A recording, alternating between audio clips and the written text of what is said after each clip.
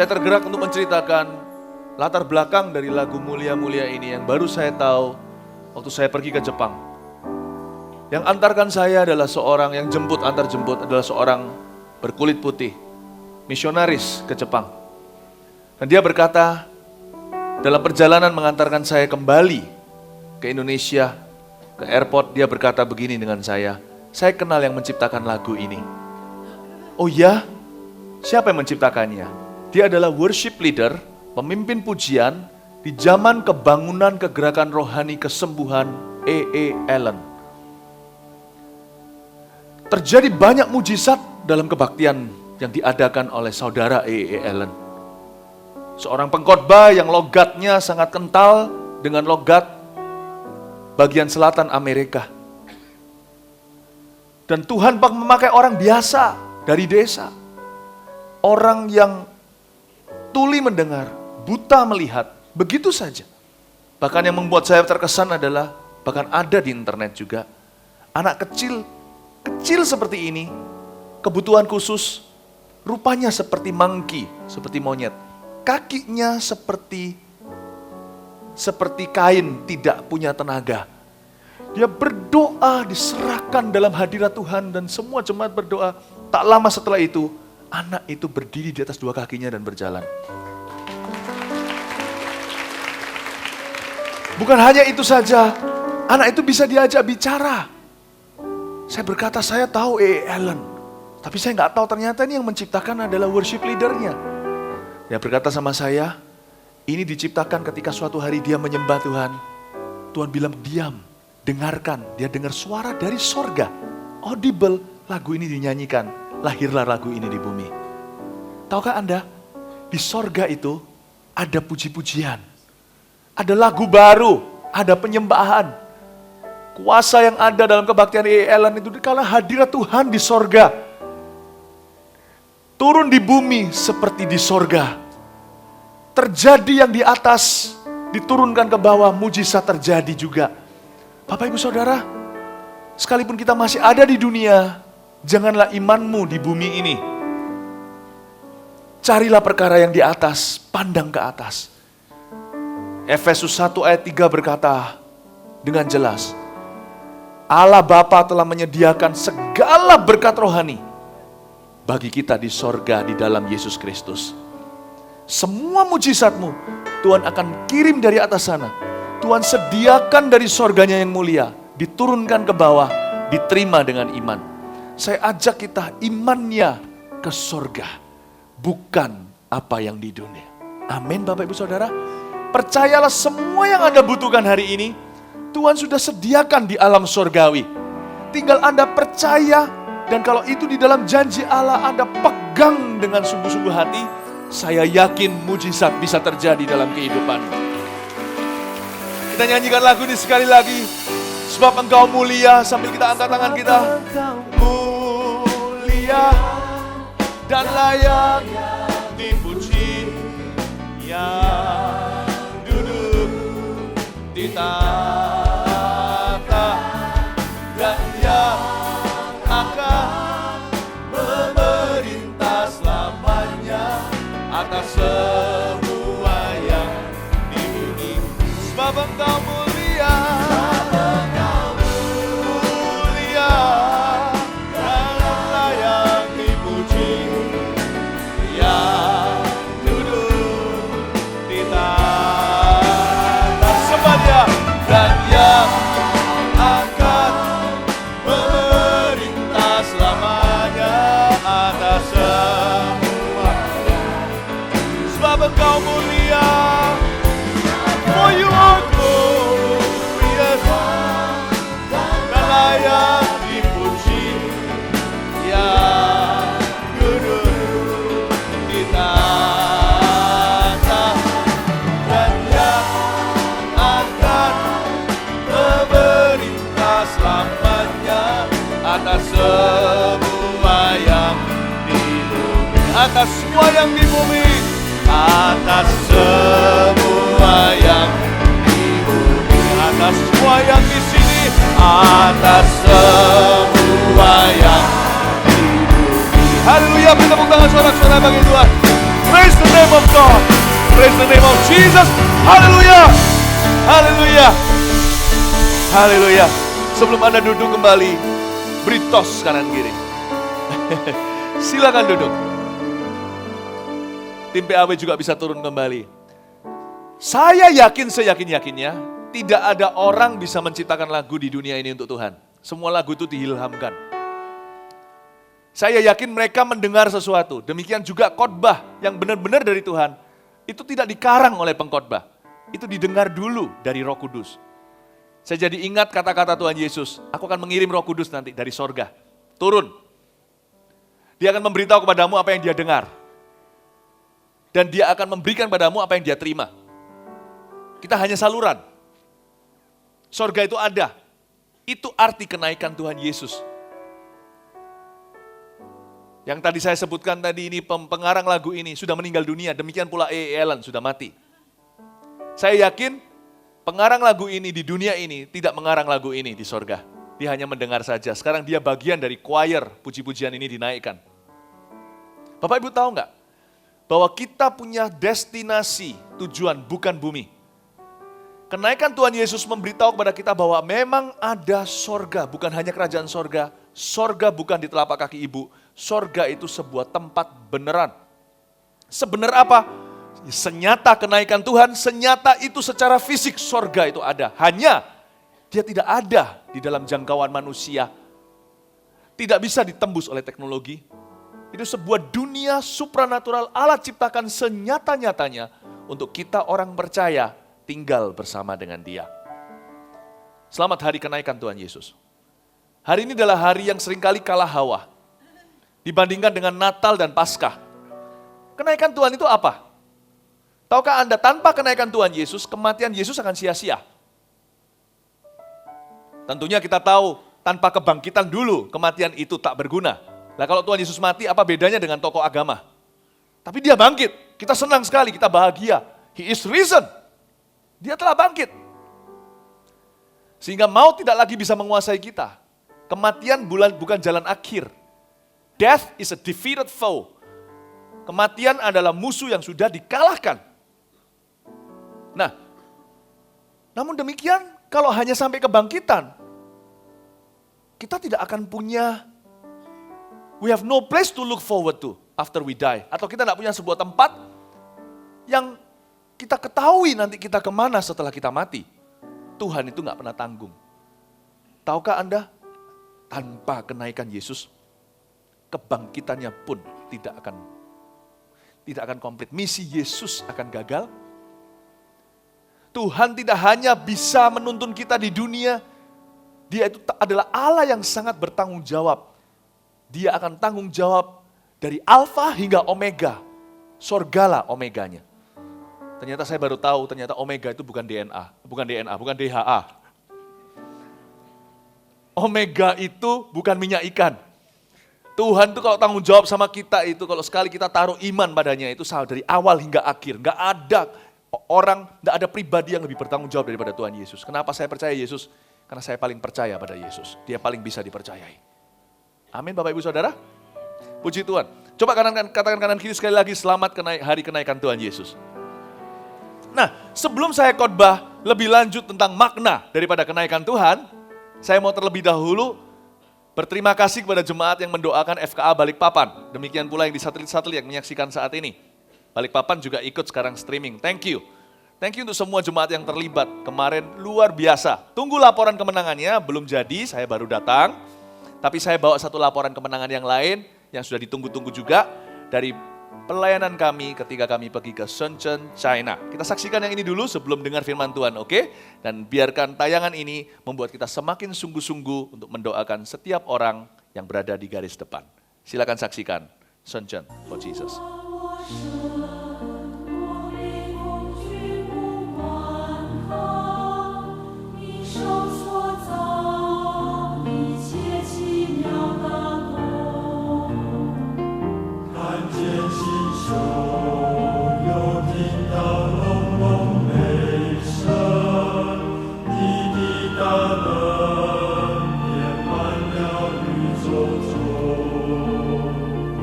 我领着他。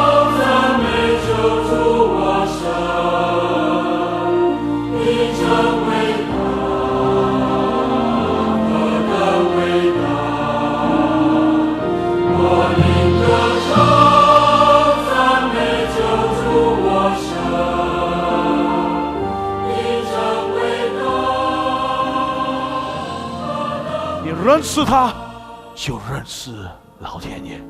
耶稣基督是我们中国人的神。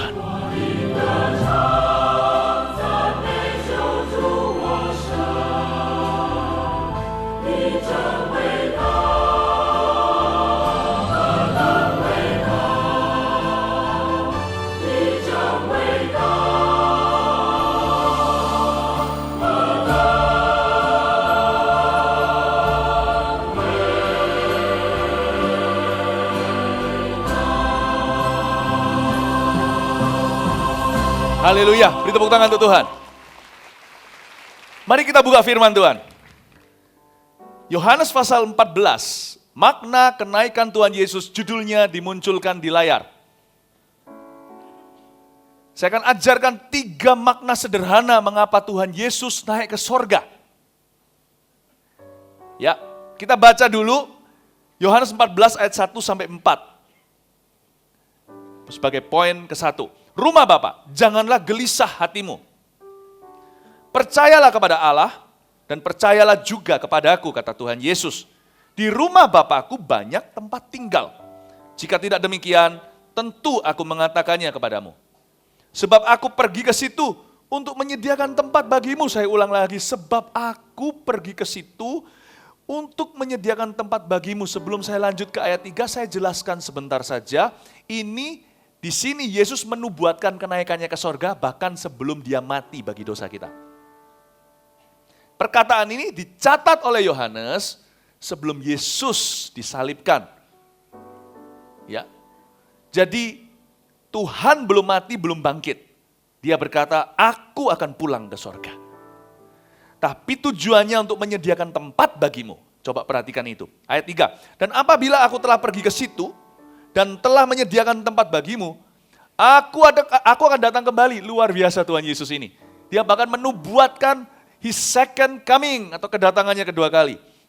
Dia bahkan belum pergi sudah menubuatkan kedatangannya kembali. Tuhan itu maha tahu, dialah Alfa dan Omega. Aku akan datang kembali dan membawa kamu ke tempatku. Saya bisa rasa enggak di tone atau di nada Tuhan ada perasaan excited, bergairah, senang, sudah enggak sabar hari itu tiba. Aku akan membawamu kembali ke tempatku, supaya di tempat di mana aku berada, kamu pun berada. Tuhan kita itu is a personal God. Allah kita adalah Allah yang sangat pribadi. Dari mana manusia itu diciptakan ingin bersekutu satu dengan yang lain atau bersosialisasi? Dari gambar dan rupa Allah. Tahukah yang paling parah di neraka itu bukan apinya? Mau menghukum manusia? Gampang. Mau menghukum manusia itu gampang. Pisahkan manusia itu dengan Allah selama-lamanya. Bukan apinya. Manusia diciptakan dalam gambar dan rupa Allah. Mereka tidak bisa sendiri independen dari Tuhan. Memisahkan manusia dari Allah adalah hukuman yang paling berat. Karena itu Tuhan berkata, karena itu juga pengorbanan Tuhan yang paling berat. Supaya tidak lagi terpisah antara kita dengan Dia. Itu juga kerinduan Tuhan yang tertinggi. Karena itu Dia berkata, Eloi, Eloi, lama sabachthani. Allahku, Allahku, mengapa engkau meninggalkan aku? Tuhan mengatakan begitu supaya jangan pernah kita dengan Bapa terpisah lagi. Tahukah di dalam tubuh Anda itu tinggal hidup kekal? Antara Anda dan sorga hanyalah nafas terakhir atau kematian atau kedatangan Tuhan yang kita tidak tahu kapan. Di dalam setiap orang yang telah menerima Yesus, there is eternal life. Dunia ini sementara Bapak Ibu Saudara.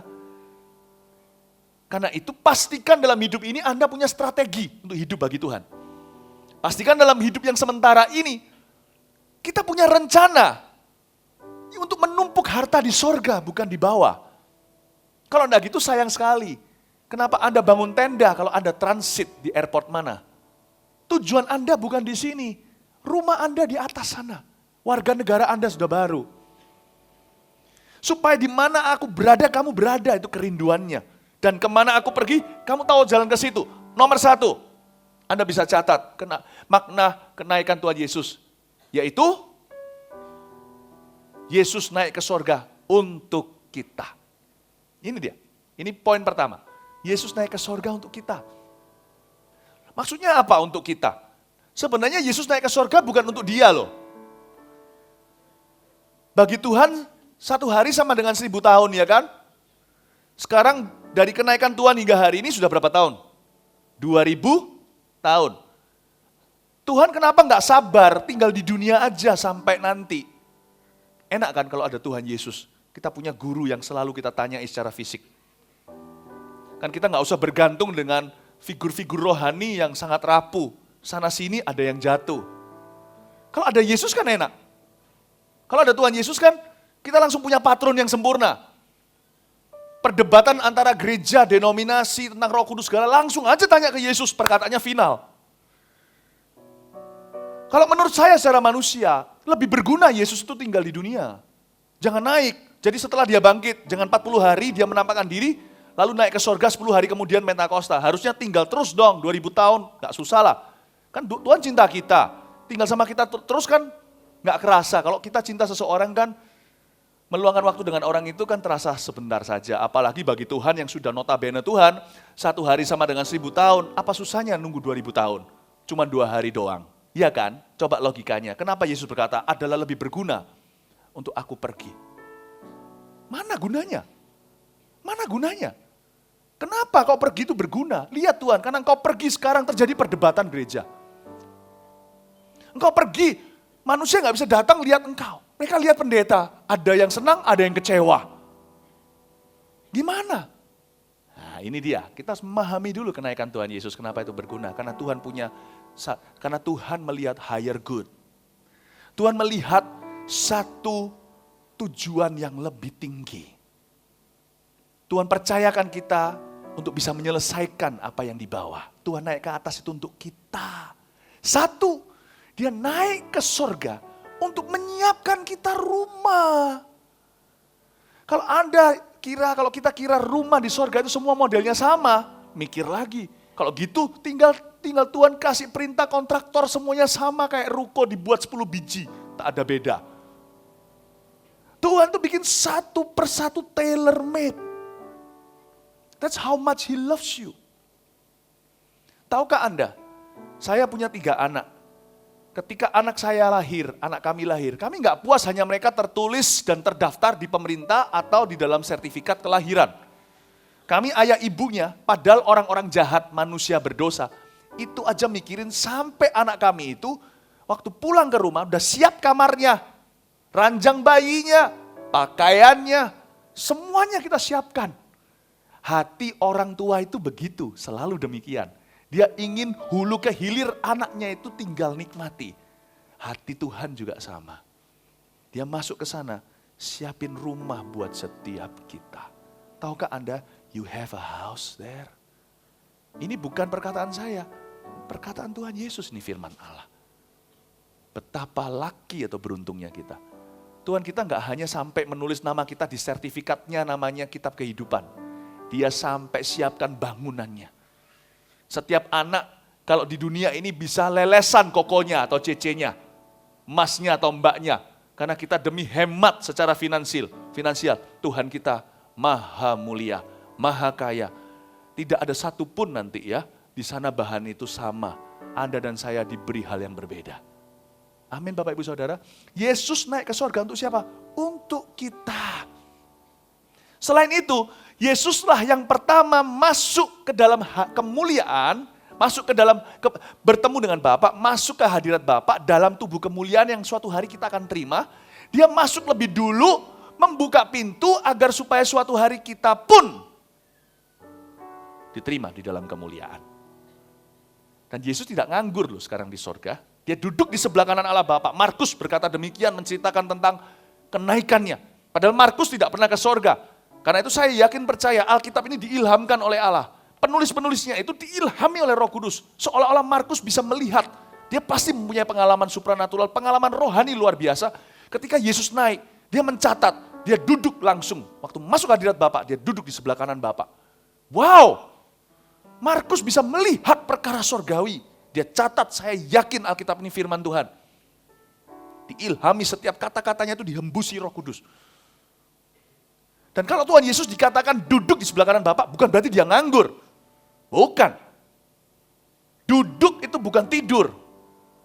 Tuhan Yesus itu senantiasa bersyafaat untuk kita hari ini. Kenaikan Tuhan Yesus itu penting sekali.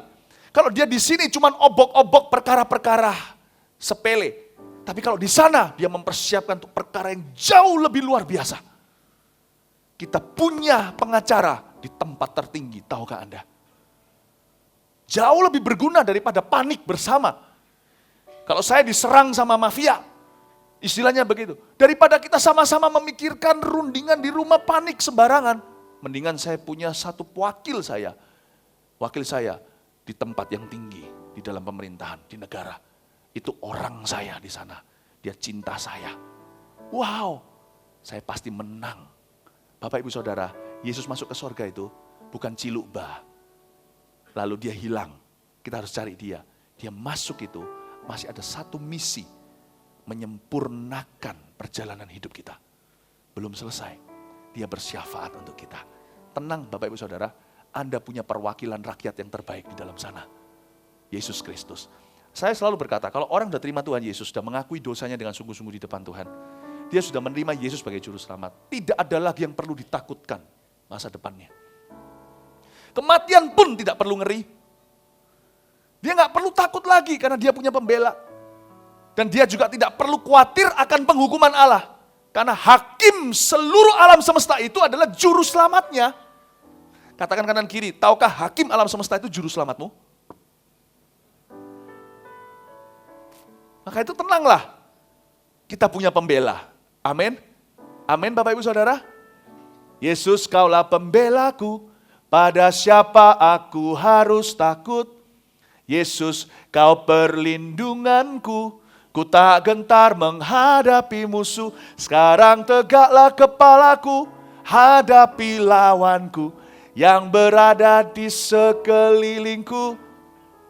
Dan mulutku memuji, bermazmur bagimu, bersorak bagi kebesaranmu. Kita punya pembela di tempat yang paling tinggi. Bapak Ibu Saudara, jangan takut akan hari esok. Anak Allah, Yesus namanya, menyembuhkan, memulihkan. Dia telah mati, tebus dosaku, kubur kosong membuktikan dia hidup. Dia bukan meninggalkan kita sebagai yatim piatu. Sebab dia hidup, ada hari esok. Sebab dia hidup, ku tak gentar. Karena Tuhan sudah tunggu saya di sono. Telah pegang hari esok. Dia sudah ada di dalam kekekalan untuk kita.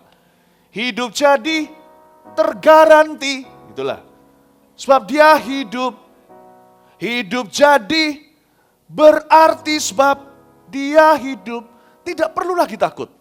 Kenaikan Yesus itu harusnya mengejak rasa aman di dalam hati kita. Dia sudah mendahului kita masuk ke tempat maha suci untuk kita. Dia tidak meninggalkan kita. Amin Bapak Ibu Saudara. Itu yang saya maksudkan. Yang kedua sekarang kita baca ayat 5. Kata Thomas kepadanya, Tuhan, kami tidak tahu kemana engkau pergi. Jadi bagaimana kami tahu jalan ke situ? Dan kita sebelum lanjut ke ayat 6. Kita semua tahu Thomas Didimus ini adalah seorang yang mudah ragu. Ini orang yang mempertanyakan kebangkitan Tuhan nantinya. Jadi kita langsung tahu dulu sifat hatinya. Nggak jahat, tapi dia punya kelemahan. Orangnya itu nggak gampang serkan. Ini tipe orang yang nggak bisa kalau kita deal bisnis dengan dia lewat telepon saja, dia mau lihat dulu transferan, baru dia akan kerjakan. Ini orang nggak bisa, oke deal, ya saya beli mobilmu, nggak bisa, taruh dulu 10 juta di depan. Ini tipe orang yang sudah kasih 10 juta, pikirannya langsung negatif lagi, baru orang yang pergi, nggak kelihatan. Pokoknya dia itu seeing is believing, lihat itu percaya. Jadi kalau orangnya udah pergi, dia panik lagi, waduh 10 juta siapa tahu dia caw ya, dia lari ya, ditelepon lagi, kembali lagi, kasih saya garansi yang lebih lagi, apa? Surat rumah atau apa? Orang ini nggak pernah puas. Dia ini nggak akan kunjung percaya sampai dia melihat dengan mata kepala. Jadi kita bisa ngerti sekarang, Thomas ini agak sedikit concern. Dia nanti masuk surga nggak ya? Sama dengan kita semua. Bukankah ketakutan yang terbesar di dalam hidup manusia adalah kemana setelah mati? Thomas ini lumrah, dia mewakili kita. Cuman dia ekspresif di dalam kebimbangannya. Tuhan, Aku harus punya pegangan dong. Nah kalau nanti mati, ternyata saya masuk neraka gimana? Jadi coba perhatikan ayat 6 sekarang. Kata Yesus kepadanya. Ya, ayat 5 lagi. Kata Thomas kepadanya, Tuhan, kami nggak tahu kemana engkau pergi. Jadi bagaimana kami tahu jalan ke situ? Kata Yesus kepadanya, Akulah jalan dan kebenaran dan hidup. Nggak ada seorang pun yang datang pada Bapa kalau nggak melalui aku. Bayangkan Anda, berhenti di sana, nanti saya lanjut ayat 7. Bayangkan Anda di sebuah lounge, di sebuah international airport di negara mana? Anda mau pergi ke sebuah negara, tujuan Anda, tapi nggak ada visa. Aduh, Anda khawatir nanti diizinkan masuk atau enggak ya? Ketemu Anda dengan seorang gentleman, seorang pria. Kelihatannya terpelajar, kelihatannya berwibawa. Tapi Anda nggak tahu dia siapa. Ya, zaman ini sekarang kan orang nggak kelihatan. Yang kelihatan kaya nggak tentu punya apa-apa. Yang kelihatan biasa ternyata kaya raya, ya kan? Kita nggak tentu loh hari-hari ini. Orang yang kelihatan, makanya jangan pernah kita memandang menilai manusia dengan kacamata manusia. Nanti jangan-jangan orang yang kita pandang rendah itu nanti yang nanti menentukan nasib kita. Nah, ketika kita bicara, orang ini nggak kelihatan siapa. Dia pakai hem, dilempit gitu ya, dilempit. Dasinya pun dibuka sedikit gitu dengan laptopnya dia apa. Dan kanan kiri sih banyak temannya, kelihatannya banyak temannya. Kita nggak tahu ternyata itu ajudannya. Ngobrol. Ini bukan true story ya, ini misalnya ilustrasi. Jangan anggap ini true story, ini ilustrasi. Terus Anda cerita, oh iya kamu kemana? Oh iya orang Indonesia, ya saya mau negara ini. Oh iya, gak apa-apa, kamu pergi aja. Tenang aja, kamu pergi aja ya. Iya, tapi nanti kalau gak ada visa gak apa-apa, kamu pergi aja. Kasih nomor teleponmu. Oke di sini, saya kasih nomor telepon saya ini. Ya, telepon saya ini, plus 6 berapa. Oke, kamu bawa. Tapi saya gak punya visa. Mana bisa? Lalu dia berkata, kalau kamu dihalangi visanya bilang, kamu kenal aku. Terus dia mikir, emangnya lu kira lu siapa tanpa visa? Tanpa kita tahu, orang itu ternyata yang punya negara itu. Presidennya kayak, paling tidak yang bukan yang punya, yang berkuasa.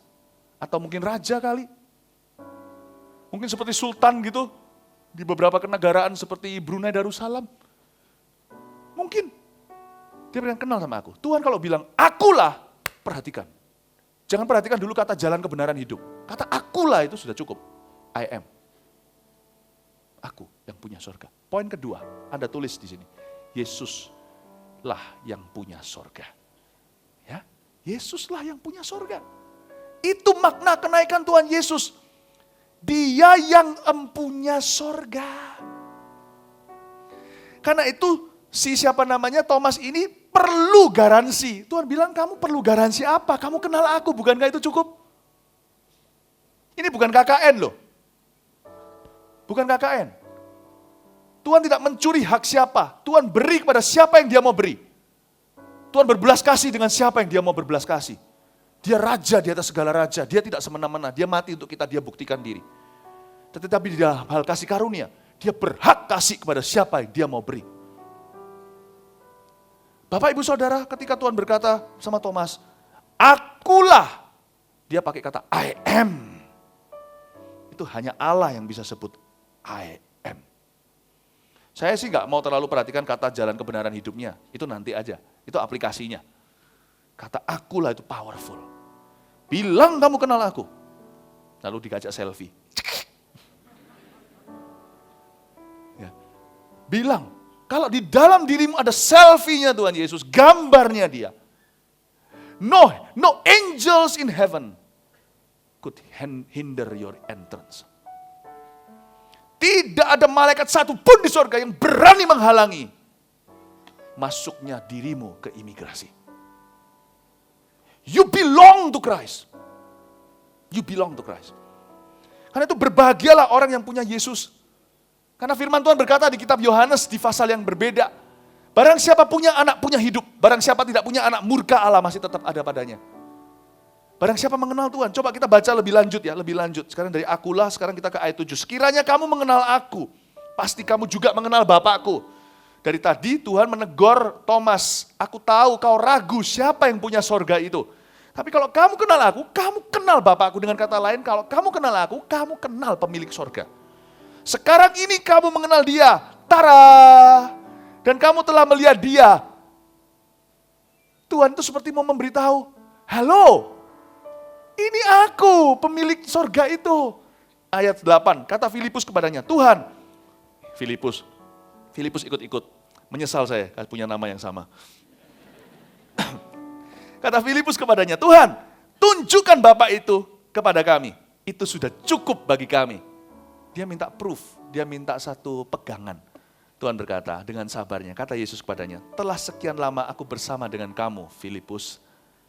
Namun engkau tidak mengenal aku. Barang siapa telah melihat aku, ia telah melihat Bapa. Bagaimana engkau bisa berkata, tunjukkanlah Bapa itu kepada kami. Hampir-hampir Tuhan berbuat begini. Filipus berkata, tunjukkanlah. Beri aku suatu apa kepastian supaya aku tahu bahwa aku akan masuk ke sorga. Tuhan seperti lambai-lambaikan tangannya di depan matanya. Halo, kau mengenal aku sekian lama ini belum kenal aku ya? Halo, Tara, this is me. Akulah ini. Kau lihat aku ya sudah itu nanti. Cuman sekarang kau melihat aku di dalam kesederhanaanku. Aku datang sebagai hamba, mengosongkan diri. Suatu hari kau akan melihat aku lagi. Kau akan tersungkur di kakiku. Kau akan tahu sejujurnya sebenarnya aku siapa sebelum dunia dijadikan. Pada mulanya adalah firman. Firman itu bersama dengan Allah. Firman itu adalah Allah. Saya ceritakan satu cerita sederhana. Ini konyol sih ya. Ini cuma ilustrasi. Saya sih bukan siapa-siapa. A long time ago, waktu terjadi kegerakan pemuda di Mount Sharon. Dan Mount Sharon mulai dikenal gerakan pemudanya. Nah waktu itu belum ada B430, belum ada Global TV kita dulu. Ya. Jadi saya juga belum dikenal di mana-mana. Bukan berarti sekarang saya sudah terkenal yang enggak. Ya. Nah, dan suatu hari saya keluar, rumah saya ke gereja itu cukup jauh. Bukan berapa kilometer, hanya berapa langkah kaki saja. Saya keluar rumah, ketemu dengan ada 3 bapak-bapak waktu itu. Nah, 3 bapak-bapak itu datang dan berkata, Nyo, si Nyo. Ya, itu hari di mana belum ada waktu itu diterapkan hari Selasa Rabu di kantor sini itu hari formal, pakai dasi segalanya. Jadi saya pakai jeans yang sobek-sobek segalanya. Apalagi itu tahun-tahun 2000 awal. Jadi saya memang lebih kelihatan seperti sinyo lagi. Saya jalan, dipanggil. Nyo, Mount Sharon ya? Ini di sini ya? Iya. Saya mau ketemu sama orang di sini. Ini ya Mount Sharon. Iya, ini Mount Sharon di sini. Iya. Bapak maju gini. Oke. Ya. Trim ya, Nyo. Trim ya. Oke. Udah, singkat cerita. Saya jalan pelan-pelan, saya pasti jalan itu pasti ngobrol sama satpam segalanya. Kadang ada paman becak di situ. Saya jalan sampai duduk. Saya diberitahu sama orang-orang di office waktu itu. Ada yang mau cari saya.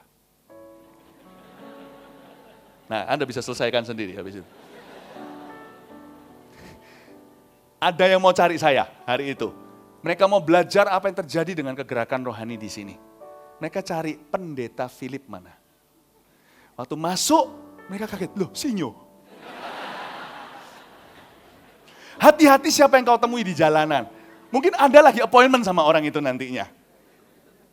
Ya, Yesus itu di Palungan. Anda lihat dia jalan kelaparan. Murid-murid pergi dari Samaria, pergi ke kota sebelah, beliin nasi. Tuhan gak mau makan habis itu. Tuhan lelah dan sebagainya. Anda lihat Yesus itu sekarang. Do you know him before, Alpha, and after, Omega? Who he really is. Ilustrasi tadi, ilustrasi yang puer sekali. Saya siapa dibanding dengan Tuhan. Tapi saya kasih contoh, kadang-kadang kita buat sesuatu yang lucu. Kelihatan perempuan itu, hamil ya Ci? Enggak loh, hati-hati jangan ngomong gitu. Ayo siapa yang pernah begitu? Aduh selamat loh Ci ya hamil ya. Habis itu Anda tidak akan pernah lihat orang itu jadi teman Anda lagi selama-lamanya. What you see may not be the case. Apa yang kau lihat? Nggak tentu itu. Filipus, halo. Ini aku. Tuhan tuh bukan mau membuktikan diri.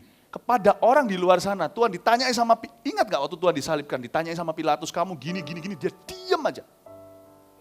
Atau ditanya, kamu raja di atas segala raja? Kamu sendiri yang mengatakannya. Pilatus ketakutan.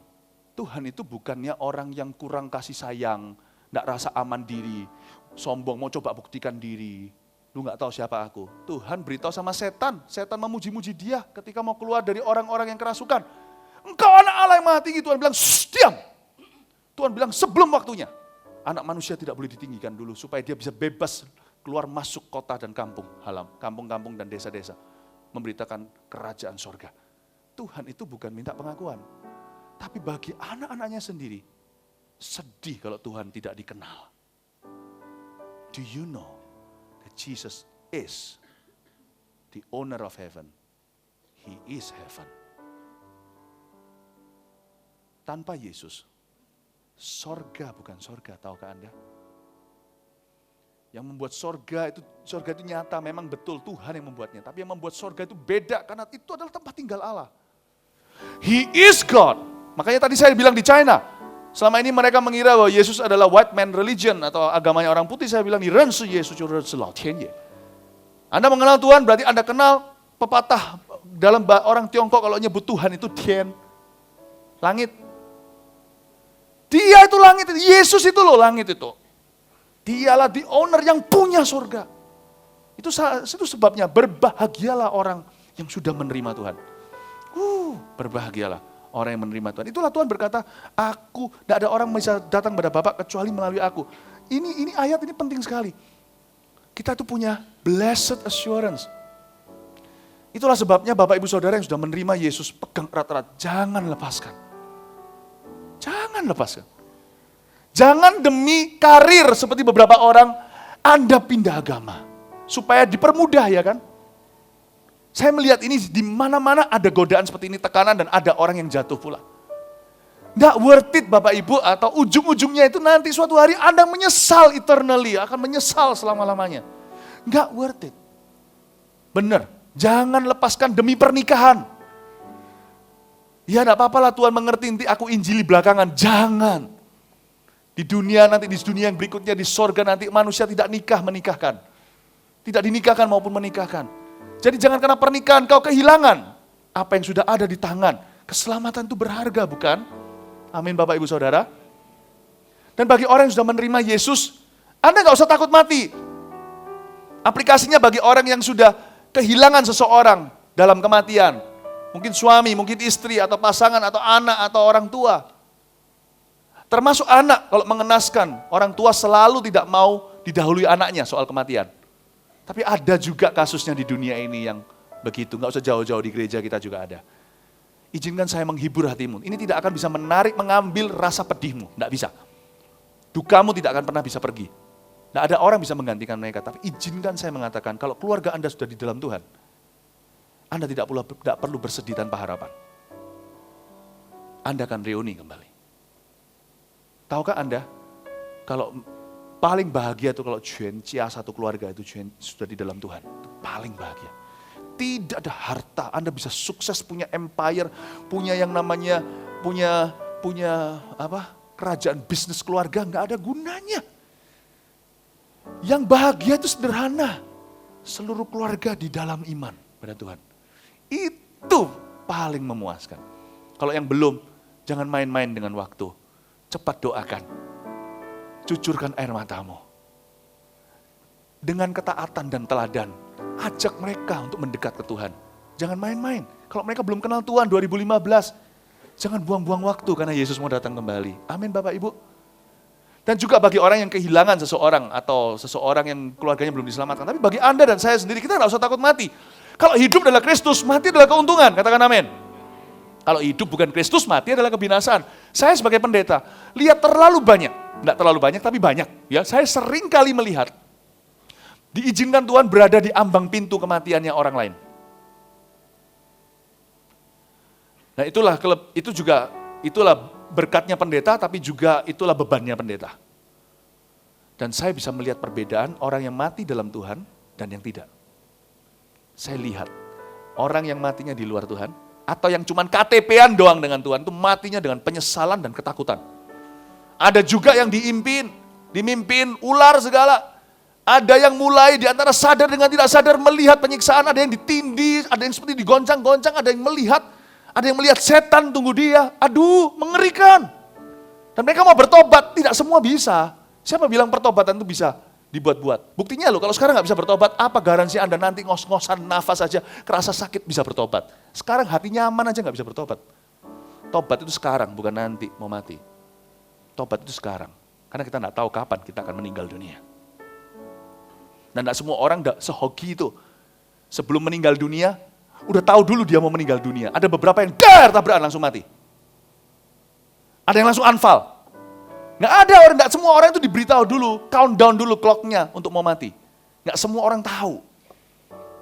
Sekarang waktunya kalau mau tinggalkan dosa. Sekarang waktunya kalau mau berdamai dengan Allah. Amin Bapak Ibu Saudara. Namun saya juga sangat diberkati. Saya cerita satu kesaksian sederhana waktu saya pergi ke sebuah kota. Saya bertemu dengan jemaat. Jadi senang sekali pergi ke satelit-satelit kita di mana-mana. Saya ketemu dengan jemaat, bisa dapat 1.001 cerita. Karena saya pun belajar, lewat bicara dengan orang lain, ngobrol-ngobrol gitu, itu saya belajar banyak. Tak ceritain ya apa yang saya barusan dengar dari salah satu jemaat kita di satelit. Saudara kita ini kena kanker yang langka, bahkan kental sekali darahnya. Dari semua pasien yang ditangani oleh dokter-dokter di luar negeri tersebut, semua mati. Dan ini matinya cepat sekali. Datang di FKA 18, Festival Kuasa Allah 18 di Jakarta. Dan dengan yakin dia nggak kesaksian ke atas mimbar, ke atas panggung, tetapi dia yakin dia sembuh. Dia pulang, kesembuhan mulai terjadi. Hari ini sembuh sama sekali. Kemarin waktu saya pergi keluar kota, waktu pelayanan, makan malam bersama-sama, beliau ada di sana dan kesaksian. Tapi salah kesaksian yang menarik hati saya adalah, ternyata orang ini sempat mati. Atau paling tidak hampir mati. Dia bilang, pengalaman mati itu begini Pak. Pastor Philip, pengalaman mati itu begini. Saya waktu itu bisa lihat orang, tapi tiba-tiba suara mulai redup semua, saya nggak bisa dengar. Dia redup, seperti dia isolasi, tidak bisa berada di dunia itu lagi. Tapi dia masih bisa lihat orang. Yang kedua, yang terjadi adalah kabur matanya. Lalu setelah itu dia gone, hilang. Ya kalau secara medis pasti nanti ada waktunya, jam berapa matinya segalanya saya nggak tanya, saya juga nggak tanya lebih detail. Tapi pokoknya orang ini sudah gone. Waktu dia pergi, dia dibawa ke sebuah tempat yang kayak warnanya abu-abu begitu, dia ketakutan karena dia sendiri. Dia nggak tahu dia di mana. Ternyata orang mati itu hanya meninggal dunia. Dia masih sadar di dunia yang lain. Dan 100% sadar, tetap takut, senang tetap senang. Tapi Tuhan tidak izinkan anaknya, yatim piatu bukan? Jadi ketika dia lagi ketakutan itu, bareng waktu cuma 1-2 detik aja, tiba-tiba ada suara yang berkata kepada dia dengan jelas di telinganya, jangan takut. Sebentar lagi kamu akan ketemu Tuhan. Tiba-tiba hatinya diserang dengan damai sejahtera. Orang ini berkata gini sama saya, Pak Philip, orang yang mati dalam Tuhan itu bahagia sekali. Memang proses matinya nggak tentu bahagia Bapak Ibu Saudara. Ya kan? Kita kan nggak tahu nanti matinya lewat apa ya. Mati yang paling enak itu sebenarnya apa? Ini egois kalau ngomong begini ya. Tidur, nggak bangun lagi. Ya nggak enak istrinya. Kamu di mana ya kan? Mati paling enak. Tapi mungkin proses matinya nggak gampang. Mungkin proses matinya aja deg-degan atau kesakitan. Kita nggak tahu lah. Kita berdoa supaya jemaat sehat-sehat sampai seterusnya. Tapi matinya sendiri itu keuntungan. Katanya bahagia sekali. Bahagia. Lalu tiba-tiba dia dengar suara, badannya digoncang-goncang. Dia dijanjiin ketemu Tuhan Yesus bukan? Waktu dia melek buka mata, ketemu pendetanya, ketemu gembala satelit kita. Saya bergurau, bercanda waktu malam itu, saya bilang dalam bahasa Ibrani, ya adoh. Dijanjiin ketemu Yesus, ketemunya manusia, ya jauh lah ya meskipun pendeta. Ya ngerti maksud saya Bapak Ibu Saudara. Tapi saya bersyukur, orang tersebut jemaat itu dikasih kesempatan untuk hidup lagi. Dan saya juga bangga, hamba Tuhan yang dipakai, gembala satelit kita. Dipakai bahkan untuk membangunkan orang, mengembalikan dari mati ke hidup. Itu sudah termasuk hampir-hampir mujizat kebangkitan orang mati. Luar biasa. Dari sana saya belajar. Ini satu cerita saja yang paling fresh from the oven. Tapi saya ketemu orang-orang yang sebelum mati, atau sudah hampir mati, atau sudah mati. Dia melihat perbedaan antara orang ke sorga dengan ke neraka.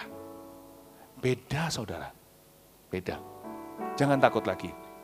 Ini harusnya ini harusnya membuat kita semakin punya tujuan hidup. Karena kita tahu, kita tidak akan berakhir di sini. Karena kita tahu, ada sorga. Amin Bapak Ibu. Tiap langkahku, ku tahu yang Tuhan pimpin. Ke tempat tinggiku diantarnya. Hingga sekali nanti aku tiba di rumah Bapa surga yang bakal. Ini makna kenaikan Tuhan Yesus. Tiap langkahku Ku tahu yang Tuhan pimpin, ke tempat tinggi ku diantarnya. Itu tujuan saya. Hingga sekali nanti aku tiba di rumah Bapa surga yang baka. Poin terakhir kita baca supaya kita punya aplikasi di bumi apa yang harus kita lakukan. Ayat 10, tidak percayakah engkau bahwa aku di dalam Bapa dan Bapa di dalam aku? Apa yang aku katakan kepadamu tidak aku katakan dari diriku sendiri, kata Tuhan Yesus. Tapi Bapa yang diam di dalam aku, dialah yang melakukan pekerjaannya. Percayalah kepadaku bahwa aku di dalam Bapa dan Bapa di dalam aku. Atau setidak-tidaknya percayalah karena pekerjaan-pekerjaan itu sendiri. Aku berkata kepadamu, sesungguhnya barang siapa percaya kepadaku, ia akan melakukan juga pekerjaan-pekerjaan yang aku lakukan. Bahkan pekerjaan-pekerjaan yang lebih besar daripada itu, sebab aku pergi kepada Bapa. Dan apa juga yang kamu minta dalam namaku, aku akan melakukannya. Supaya Bapa dipermuliakan di dalam anak. Jika kamu meminta sesuatu kepadaku di dalam namaku, aku akan melakukannya. Coba lihat ayat 12. Aku berkata kepadamu, sesungguhnya barang siapa percaya kepadaku, dia akan melakukan juga pekerjaan yang aku lakukan, bahkan pekerjaan yang lebih besar karena aku pergi kepada Bapa. Saya tidak akan buka ayatnya sekarang, tapi di dalam cerita di Lukas ini seorang dokter, dia menulis Injil Lukas, dan bagus cara dia menuturkan kenaikan Tuhan, bahkan dilanjutkan di Kisah Rasul 1, sangat detail sekali. Padahal dia seorang ilmuwan, seorang yang berprofesi medis. Bapak Ibu tahu nggak, kenaikan Tuhan Yesus itu adalah kejadian nyata dan historis. Jadi itu bukan alegori, bukan ilustrasi. Itu bukan cerita atau dongeng, itu kejadian. Seperti senyata kematian dan kebangkitannya itu pengalaman true story, kenaikannya as true story. Nah, perlu diingat bahkan seorang dokter pun saat itu susah untuk menjelaskan. Dia berkata ini kejadian nyata ini terjadi secara kejadian supranatural ini terjadi secara nyata. Nah, waktu dia catat ada satu hal yang luar biasa yang saya perhatikan di Lukas. Murid-murid ketika setelah melihat Yesus itu diangkat, mereka kembali pulang ke Yerusalem dengan sukacita. Loh kok sukacita ditinggal sama gurunya? Bukankah Yesus naik ke sorga berarti selesailah pelayanannya? Tidak. Yesus gak naik ke sorga untuk nganggur. Yesus naik ke sorga, poin terakhir, untuk memerintah dari sorga melalui kita di bumi. Kalau dulu Yesus dibatasi dengan ruang dan waktu, kalau Yesus hanya hadir secara badani, saya yakin setiap kita mau ketemu sama Tuhan Yesus, bisa dapat slot waktu nanti tahun 2030. Itu pun hanya 3 menitan. Murid-murid bahagia karena Tuhan membuka pikiran mereka. Ini bukan akhir pelayanan Yesus, justru permulaan pelayanannya di mana-mana. Karena itu Yesus berjanji mencurahkan Roh Kudus-Nya sehingga menduplikasi apa yang dia lakukan dengan 1001 kali. Lebih daripada itu. Mereka sukacita karena mereka tahu kita masuk ke era baru. Kita masuk ke era Roh Kudus. Yesus tetap sama nyata hadir seolah-olah secara badani. Hanya tidak dibatasi ruang dan waktu. Ini makna daripada kenaikan Tuhan Yesus. Yesus memerintah dari sorga melalui kita.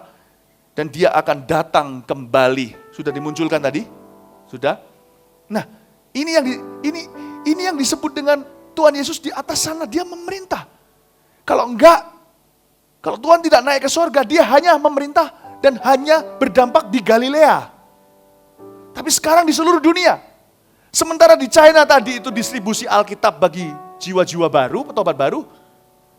Sementara begitu, di bumi belahan yang lain, di Amerika terjadi kebangunan rohani. Sementara itu di Indonesia ada orang berdoa, mendapat perjumpaan dengan Allah di kamar tidurnya. Jesus is working everywhere. Tapi Tuhan tidak mau bekerja sendirian. Tuhan memerlukan kita.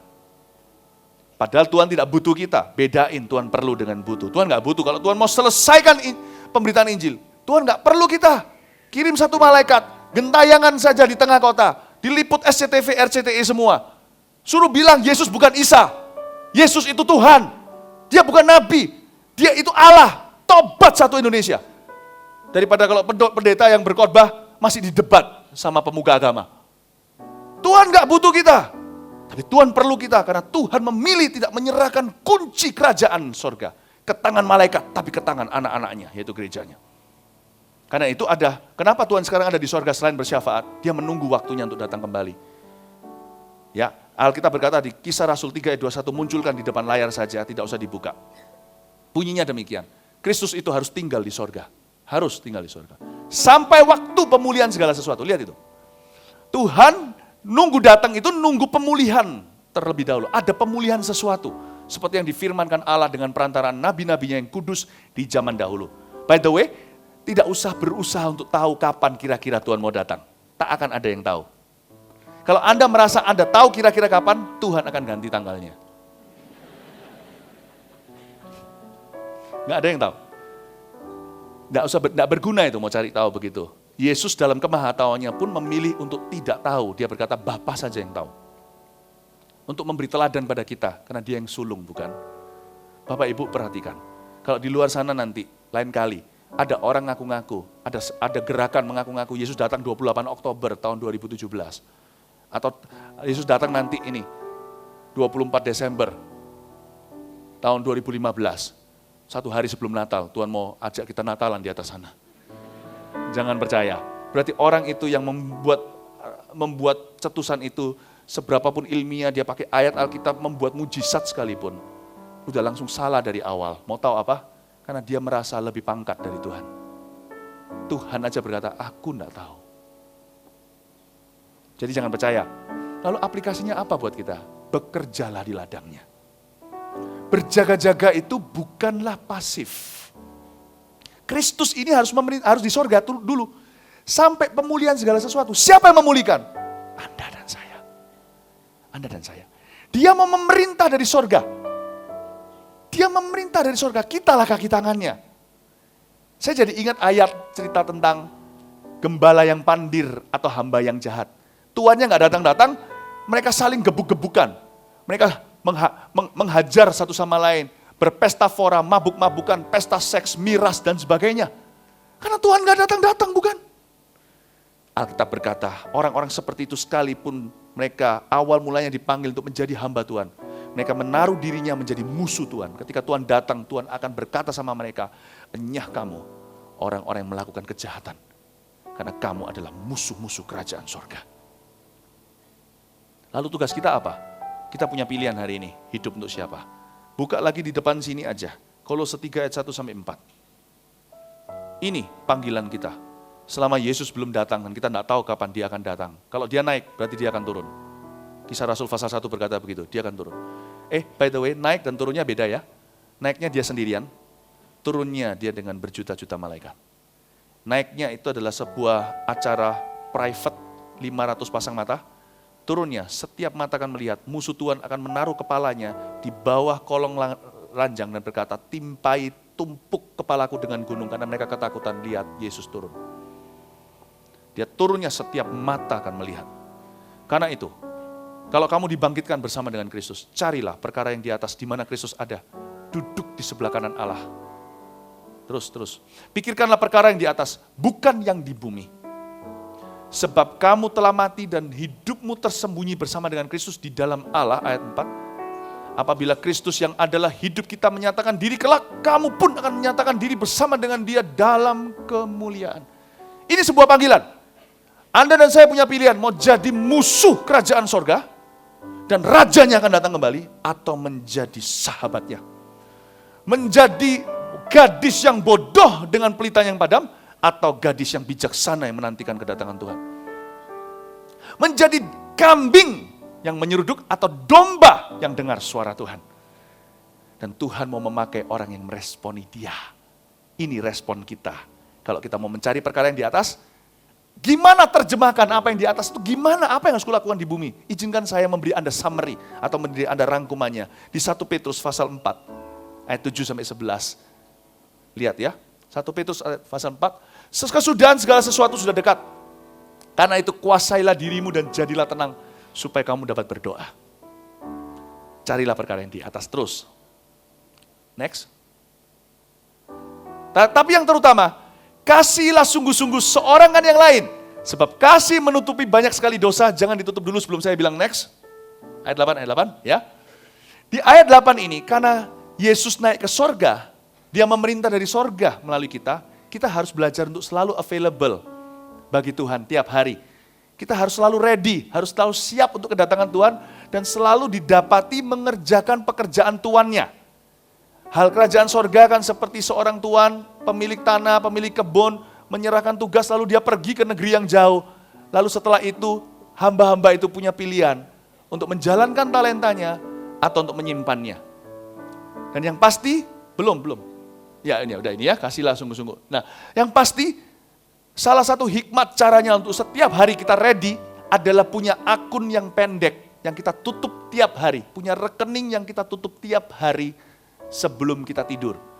Pastikan you and I have short accounts of other people's mistakes in your life. Pastikan kita punya rekening yang pendek, artinya jangan buka rekening yang panjang. Buka setiap hari, tutup tiap hari. Sebelum matahari terbenam, ampuni semua yang bersalah dengan Anda. Jangan hidup dalam kepahitan. Jangan tidur dalam kebencian. Tuhan mau datang. Jangan sampai nanti dia datang seperti pencuri. Ketika Anda tidur, Anda didapati telanjang, tidak berpakaian untuk dijemput oleh Tuhan. Saya tidak bisa cerita tentang kedatangan Tuhan itu, nantikan saja bulan Juli sampai Desember di kebaktian Cempaka Pusat 1-4. Setiap hari Minggu, setiap minggu pertama setiap bulan tersebut, Juli sampai Desember, kita akan masuk pengajaran kitab Wahyu akhir zaman. Saya nanti akan minta Anda untuk baca pasal-pasal sesuai dengan target ibadah itu.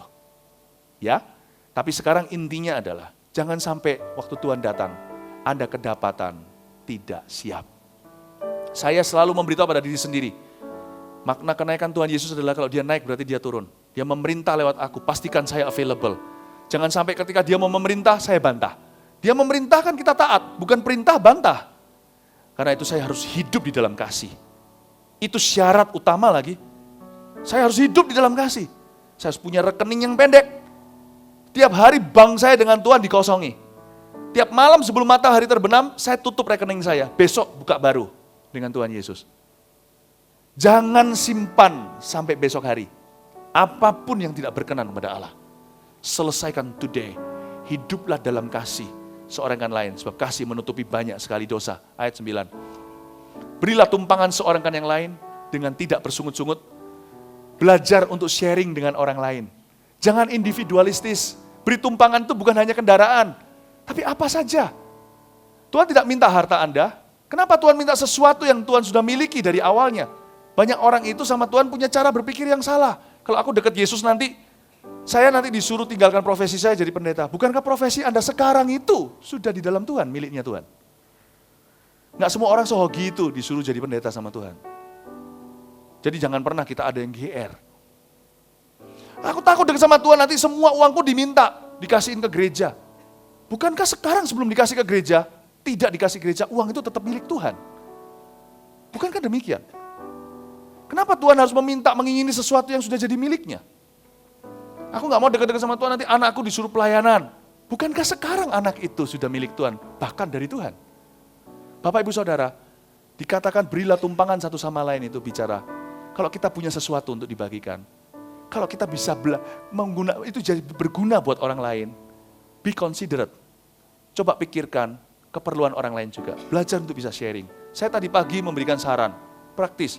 Kalau di sini ada yang masih mau bangun rumah, kenapa tidak bangun satu kamar, kalau rumah Anda pas-pasan size-nya, satu kamar untuk tamu. Siapa tahu nanti Tuhan akan kirim hamba-hamba Tuhan untuk di sana. Siapa tahu nanti Tuhan akan kirim tamu-tamu untuk Anda layani. Mungkin untuk bisa jaga privasi, jangan ada di dalam mungkin bisa di level yang dia di bawah, di atas, nggak tahu gimana lah diatur. Tetapi belajar untuk kalau Anda punya lebih, belajar untuk share dengan orang lain. Facility. Alkitab mengatakan di 1 Korintus 6, tapi saya nggak bisa pakai ayat itu. Karena di ayat itu dijelaskan orang yang menikah hendaknya hidupnya seolah-olah nggak menikah. Itu perlu penjelasan. Kalau enggak gitu nanti ada salah sangka. Di sini ada yang kesenangan. Ya, yes, akhirnya aku sudah menikah. Ini aku memang keki dengan pernikahanku. Mending aku hidup seolah-olah tidak menikah. Tapi dikatakan di ayat itu begitu urgentnya, begitu mendesaknya waktu. Kalau Anda punya sesuatu harta duniawi, di 1 Korintus 6 dikatakan, berbuatlah seolah-olah itu bukan milikmu. Belajar share. Lanjut. Ayat berikutnya. Mana ayatnya tadi munculin? Layanilah seorang kan yang lain, sesuai dengan karunia yang telah diperoleh tiap-tiap orang sebagai pengurus yang baik dari kasih karunia Allah. Enggak semua orang dipanggil khotbah, itu yang pasti. Tapi Anda bisa mempersembahkan sesuatu, bukan hanya share sesuatu. You can contribute, bisa kontribusi sesuatu. Apa? Anda bisa apa? Bapak, Ibu, Saudara, tadi saya kebaktian saya memberikan suatu perbedaan. Saya bisa khotbah. Tapi saudara kita di sini, service manager, ini keahliannya. Kami punya beda karunia. Beda juga kasih karunia yang Allah berikan pada kita. Tapi kita bisa persembahkan sesuatu untuk Tuhan. Yang punya waktu, kasih waktu. Yang punya keahlian, kasih keahlian. Saya kalau suruh jadi service manager nggak bisa saya. Saya nggak bisa. Tapi saya suruh khotbah bisa. Apa keahlian Anda? Persembahkan untuk Tuhan. Ya, kalau Anda tahu bahwa Yesus datang kembali. Berikutnya, ayat 11. Jika ada orang yang berbicara, baiklah ya berbicara sebagai orang yang menyampaikan firman Allah. Lihat itu. Nggak ada waktu untuk gosip. Tak beritahu ya. Gosip itu komitmen. Sekali Anda gosip, itu akan beredar. Dan suatu hari, Anda harus meluruskan. Dan orang akan tanya kepada Anda, apa benar? Bapak, Ibu, Saudara, kalau Anda buka mulut, kita buka mulut. Bicara sebagai orang yang menyampaikan firman Allah. Kalau kita tidak tahu kebenaran, tidak usah berbicara. Kalau kita tidak mau ngomong apa, tidak usah ngomong apa-apa. Ini yang disebut. Dan suatu hari setiap kata-kata sia-sia itu akan sampai ke meja pengadilan Allah. Alkitab berkata, dengan mulut kau dibenarkan, dengan mulut kau dihakimi. Setiap perkataan idle words, setiap perkataan sia-sia akan satu-satu dimintai pertanggungjawaban oleh Allah. Gossip is quite a heavy commitment. It will reach God's table. Karena itu kalau Anda punya waktu untuk ngomong sesuatu, ngomong I love you. Nggak suruh khotbah firman Allah ini nggak selalu berbicara tentang firman dalam arti pengajaran. Tapi firman dalam arti pembuktian. Anda bisa bilang I love you. Anda punya waktu bilang kepada anak Anda, Papa sayang sama kamu. Ajari mereka. Pakai waktu yang ada. Yesus mau datang kembali. Pastikan Anda menabur perkara yang di atas. Jika ada orang yang melayani, baiklah ia melakukannya dengan kekuatan yang dianugerahkan Allah. Supaya Allah dimuliakan dalam segala sesuatu. Karena Yesus Kristus ialah yang mempunyai kemuliaan dan kuasa sampai selama-lamanya. Amin. Amin Bapak Ibu Saudara. Yang terakhir saya tunjukkan di kitab Wahyu. Wahyu 14 ayat 12 sampai 13 munculkan di depan sini. Harta benda duniawi, perkara-perkara di dunia ini tidak akan kita bawa. Tetapi ada satu hal yang akan kita bawa. Yang terpenting di sini ialah ketekunan orang-orang kudus. Yang menuruti perintah Allah dan iman kepada Yesus. Ayat 13 ini. Ini Yohanes mendengar ayat 13. Dan aku mendengar suara dari sorga berkata. Ini Yohanes dalam pewahyuannya.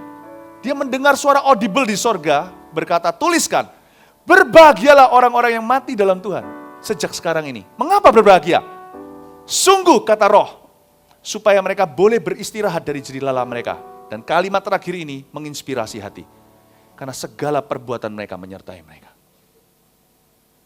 Tahukah perbuatan baik kita itu akan dikenang selamanya oleh Tuhan. Mobil kita tidak bawa, rumah dan properti akan tinggal di dunia. Bahkan teman-teman kita pun, bahkan orang pun kita tidak bisa bawa. Tapi satu hal yang akan kita bawa, yaitu perbuatan baik kita. Ternyata benar ada yang namanya upah di dalam kerajaan sorga. Itu ada. Kenaikan Tuhan Yesus membuka peluang itu. Tahukah Anda bahwa kasih yang Anda tunjukkan kepada sesama, Anda tidak perlu jadi orang kaya untuk bisa mengasihi. Dan kesetiaan Anda di dalam pekerjaan pelayanan, faithfulness, dan segala kebaikan yang Anda tunjukkan kepada sesama, bahkan orang-orang yang telah mengenal Tuhan lewat kesaksian hidup Anda, itu akan menyertai Anda selama-lamanya di sorga.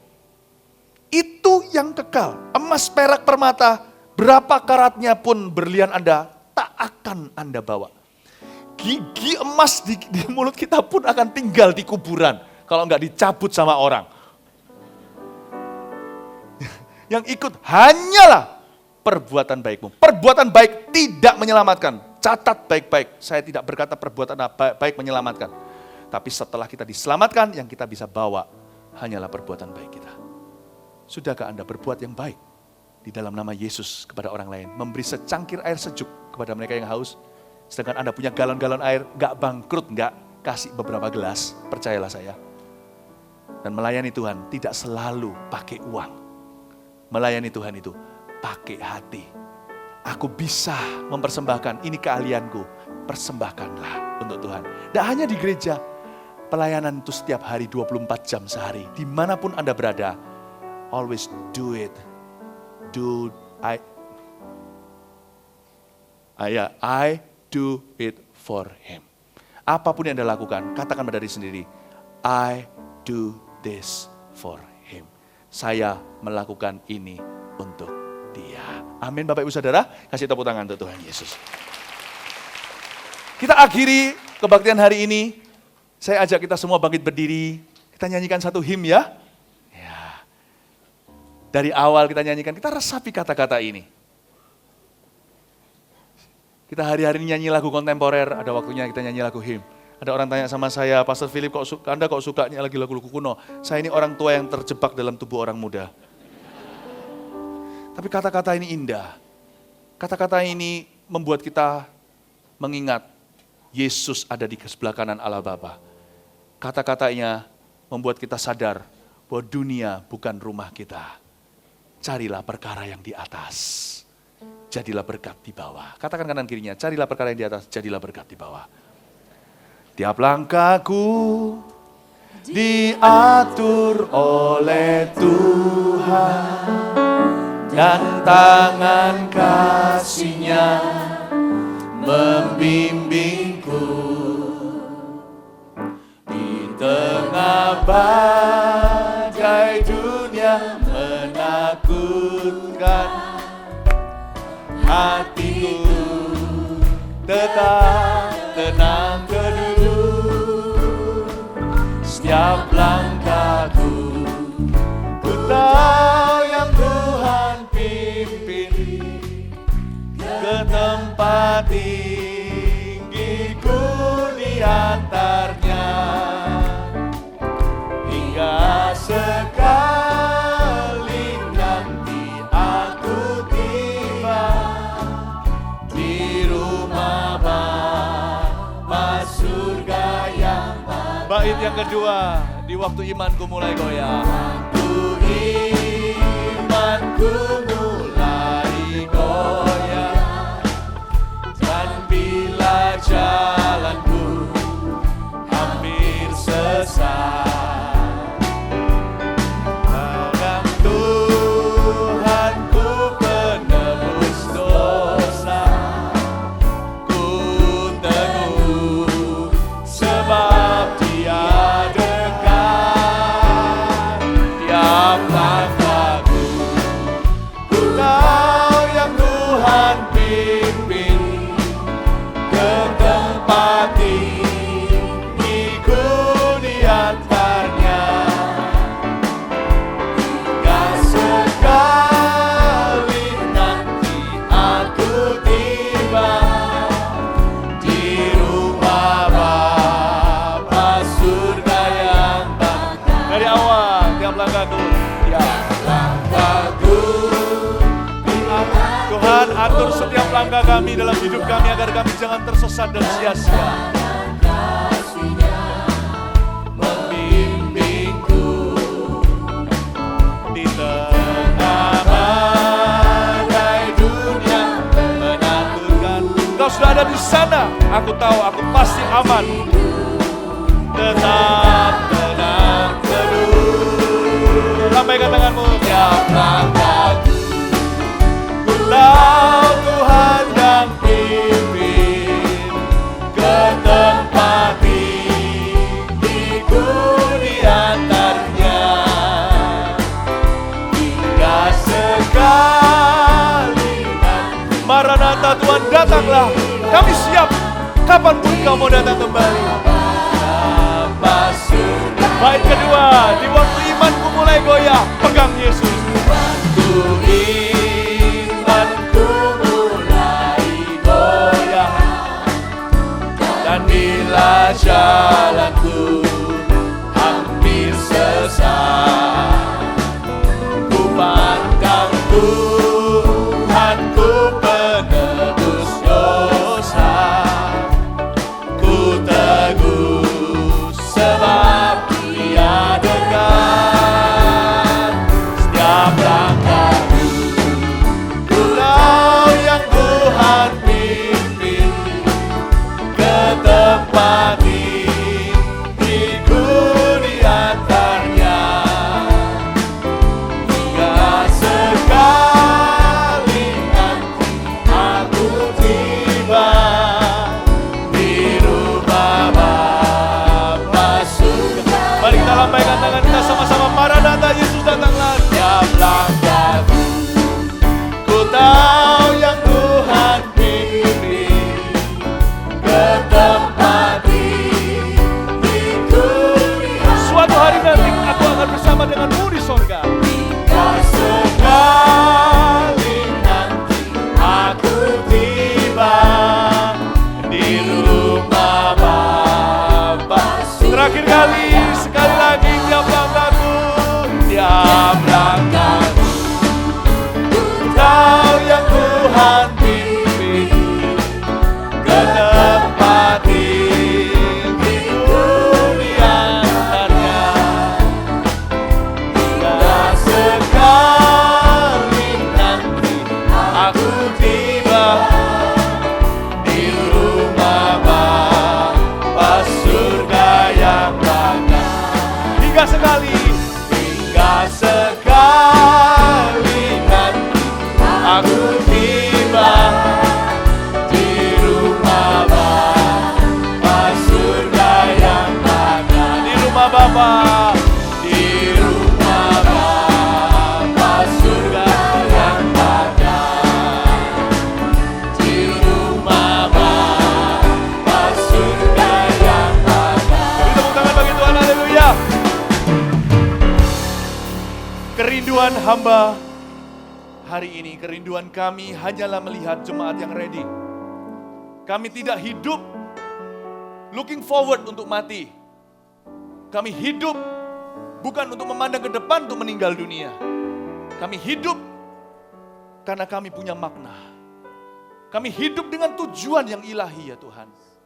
Tuhan, berjaga-jaga bukan berarti kami tidak berbuat apa-apa. Justru berbuah-buah.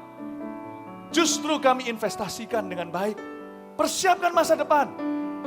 Hidup bukan untuk mati. Hidup untuk Tuhan. Dan mati adalah keuntungan. Tuhan, kerinduan hamba dan firman yang Engkau sekarang materaikan hanyalah membuat jemaat ini ready. Kalau Tuhan datang kembali, kami tahu bahwa kami akan bersama dengan Engkau. Dan buat kami ya Tuhan menghitung hari-hari kami dan memperoleh hati yang bijaksana. Tuhan, andai sekarang Tuhan buka kalkulator, setiap kami lihat angkanya, masih sisa berapa tahun atau bulan atau hari, tak satu pun di antara kami akan buang-buang waktu lagi. Ya Tuhan, ingatkan kami lewat kenaikan Tuhan, bahwa suatu hari kami pun akan meninggalkan dunia ini. Entah kapan, izinkan kami ya Tuhan, selama masih ada waktu melayani-Mu, selama masih ada waktu beritahu pada orang-orang yang kami cintai, I love you, atau I'm sorry, atau aku minta maaf kepadamu. Izinkan kami untuk melakukan sesuatu yang berguna, yang menunjukkan kebaikan pada orang lain dalam nama Tuhan. Sehingga orang itu akhirnya mengenal Tuhan lewat kami. Itu berharga. Kalau kami punya uang, ingatkan kami ya Tuhan untuk bisa manage uang kami dengan baik. Supaya kami tidak kekurangan minta-minta, anak cucu kami minta roti suatu hari. Tapi dalam kami ngatur uangan kami, ajarkan kami supaya tidak berorientasi pada money. Ya Tuhan, bagaimana aku bisa pakai hartaku untuk bisa menyenangkan papa mama, berbakti sama mereka. Gimana untuk bisa pakai harta ini sambil kita jalan memikirkan kerajaan sorga. Pasti Tuhan memberikan kepada kita banyak fun. Bisa berlibur ke sini sana, bisa beli mobil baru, bisa beli barang-barang tertentu. Gak apa-apa, berkat Tuhan melimpah. Kalau bisa kenapa tidak?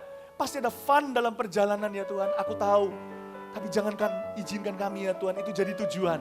Bukan jadi tujuan ya Tuhan. Sehingga kami bisa tahu lewat kemampuan kami yang semakin besar di dunia ini. Posisi, koneksi, money. Kami bisa menolong orang lain, membantu orang lain, jadi kesaksian. Itu lebih indah. Terima kasih Tuhan. Berkati jemaat-Mu ya Tuhan Yesus. Dan biarkan jemaat-Mu menjadi dewasa dalam segala sesuatu. Buat kami menjadi jemaat yang ready kalau Tuhan datang kembali. Dan biarkan kami selama ada di sini, kami berbuah dan berguna bagi kerajaan sorga. Memerintahlah dari sorgamu yang mulia melalui gerejamu. Memerintahlah dari sorgamu yang mulia melalui kehidupan kami, melalui pekerjaan pelayanan kami, melalui profesi kami, melalui keluarga kami. Memerintahlah melalui hidup kami. Terima kasih Tuhan, urapi jemaat-Mu. Terimalah berkat dari Allah Bapa, kasih karunia dari Tuhan Yesus, pengurapan dan penyertaan dari Roh Kudus mengikutimu dari sekarang hingga Maranatha. Yesus datanglah. Tuhan Yesus mengasihimu. Biarkan berkat Tuhan mengalir di hari ini bersama dengan keluarga nanti. Waktu kualitas dengan family, Tuhan ada di tengah-tengah Anda selalu, tidak pernah meninggalkanmu. Dalam nama Yesus, amin. God bless you.